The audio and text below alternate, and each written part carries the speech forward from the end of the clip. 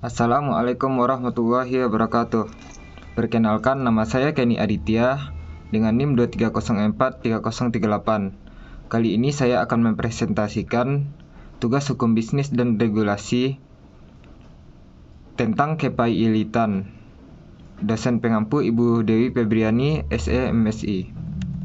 Baiklah, pembahasan pada pertemuan ke-11 ini yaitu KPI Ilitan dan penundaan kewajiban pembayaran utang. Pertama, kepailitan.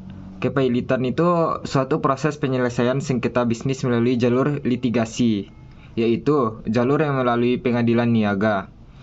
Adapun yang pengertian yang lebih sederhananya yaitu pailit atau kepailitan ini merupakan suatu proses di mana seorang debitur yang mempunyai kesulitan keuangan untuk membayar utangnya dinyatakan pailit oleh pengadilan. Kepailitan diatur dalam Undang-Undang Nomor 37 Tahun 2004 tentang kepailitan dan penundaan kewajiban pembayaran utang atau yang disingkat dengan UUK 2004. Adapun penyebab kepailitan adalah seperti perusahaan yang menjadi debitur memiliki dua atau lebih hutang yang tidak mampu dia bayar. Yang kedua, perusahaan kurang maksimal dalam melakukan pengamatan terhadap pergerakan atau perkembangan kompetitor hingga akhirnya tidak bisa bertahan di kompetisi pasar. Yang ketiga, perusahaan tidak mampu menyediakan atau memenuhi kebutuhan produk dan jasa yang diinginkan konsumen sehingga kebutuhan tersebut sulit diterima dalam pasar. Yang keempat, harga yang ditetapkan terlampau mahal dibandingkan produk serupa lainnya di pasaran sehingga kalah dalam persaingan. Yang kelima, perusahaan melakukan ekspansi berlebihan hingga menyebabkan pengeluaran dana yang tak terkendali, mengalami penipuan dan lain sebagainya. Yang keenam, ada perusahaan lambat atau bahkan sudah tidak lagi melakukan inovasi hingga ketinggalan dari bisnis yang lain. Yang B, ada penundaan kewajiban pembayaran utang atau yang disingkat dengan PKPU. PKPU ini adalah permohonan dengan maksud untuk mengajukan rencana perdamaian yang meliputi tawaran pembayaran sebagian atau seluruh utang kepada kreditor. Dasar permohonan kewajiban pembayaran utang ini meliputi A. Diajukan paling sedikit dua kreditor yang memperkirakan bahwa perusahaan efek tidak dapat melanjutkan membayar utangnya yang sudah jatuh waktu dan dapat ditagih. Yang B, terdapat permohonan yang diajukan oleh perusahaan efek sendiri. Dan yang terakhir adalah pelaksanaan fungsi tugas dan kewenangan OJK. Adapun menurut Undang-Undang 37 tahun 2004 tentang kepailitan dan penundaan kewajiban pembayaran utang berbunyi 1. Debitor yang tidak dapat atau memperkirakan tidak akan melanjutkan membayar utang-utangnya yang sudah jatuh waktu dan dapat ditagih. Karena itu, dia dapat memohon penundaan kewajiban pembayaran utang dengan maksud untuk mengajukan rencana perdamaian yang meliputi tawaran pembayaran sebagian atau seluruh utang kepada kreditor.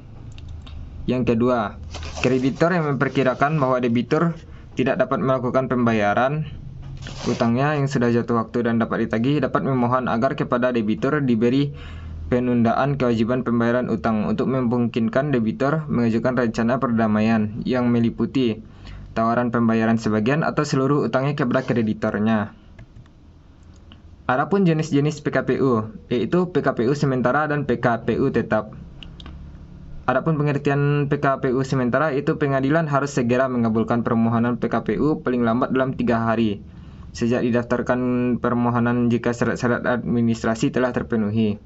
Jika permohonan telah diajukan oleh kreditor, pengadilan harus mengabulkan dalam 20 hari sejak permohonan diajukan. Yang kedua, ada PKPU tetap. Setelah ditetapkannya sebagai PKPU sementara, pengadilan melalui pengurus akan memanggil debitur dan kreditor untuk menghadiri sidang. Sidang ini akan memutuskan apakah PKPU akan menjadi PKPU tetap.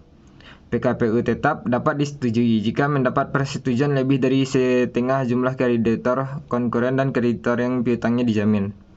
PKPU tetap memiliki batas waktu maksimum 270 hari setelah putusan PKPU sementara. Jadi kesimpulannya adalah PKPU ini adalah proses di mana pihak yang berhutang dapat memperoleh penangguhan atau jangka waktu tambahan untuk membayar hutangnya kepada kreditor. Hal ini biasanya dilakukan atas persetujuan kedua belah pihak dengan syarat dan ketentuan yang telah disepakati sebelumnya. Baiklah, untuk kasus-kasusnya, teman saya Iksan Firmansyah yang akan menjelaskan. Untuk contoh kasus kepailitan ini ada yang namanya Sentul City ya. Jadi itu sebuah perusahaan yang bergerak di bidang properti. Jadi pada tahun 2020 itu berdasarkan keputusan dari Pengadilan Niaga di Jakarta Pusat tanggal 7 Agustus 2020 lalu, gugatan atas pengajuan pilot untuk perusahaan tersebut telah dilakukan. Ya, jadi pihak direktur yang melakukan pengajuan adalah Meliana Bintoro, kemudian ada Denny Bintoro, kemudian Ang Andi Bintoro, kemudian Jimmy Bintoro, dan Linda Karnadi. Itu orang yang mengajukan pilot. Nah, jadi pengajuan tersebut itu meminta agar pengajuan pilot itu dilakukan seluruhnya. Nah, selain itu, Sentul City ini juga diharapkan bisa melaksanakan segala bentuk kewajiban hukum dan akibat atas keadaan pilot yang menyertainya. Nah, jadi perlu kita ketahui bahwa gugatan pilot ini karena pihak Sentul City tidak bisa melaksanakan kewajiban penuh atas jual beli tanah yang terjadi di tahun 2013 ya pada 3 Juli. Sedangkan pihak kreditur itu sudah melaksanakan bentuk kewajiban yang dimilikinya. Tetapi pihak Sentul City-nya belum ya. Namun pihak Sentul City ini belum melakukan serah terima atas tanah kaflingnya sehingga waktu pelaksanaan gugatan ke Pengadilan Niaga. Jadi ini salah satu alasan kenapa Sentul City diajukan untuk gugatan pilot. Contoh kasus yang kedua yaitu yang dialami oleh Global Mediacom ya. Jadi KT Corporation merupakan pihak yang melayangkan gugatan atas Global Mediacom ini. Kenapa? Gugatan ini sengketa pilot dilakukan pada 28 Juli 2020 lalu. Sebelumnya perlu kita ketahui bahwa Global Mediacom ini kategori salah satu perusahaan besar di MNC Group ya dalam jaringan bisnis politikus dan pengusaha nasional yaitu Heri Tanwe Swedibjo ya, pasti semua sudah tahu.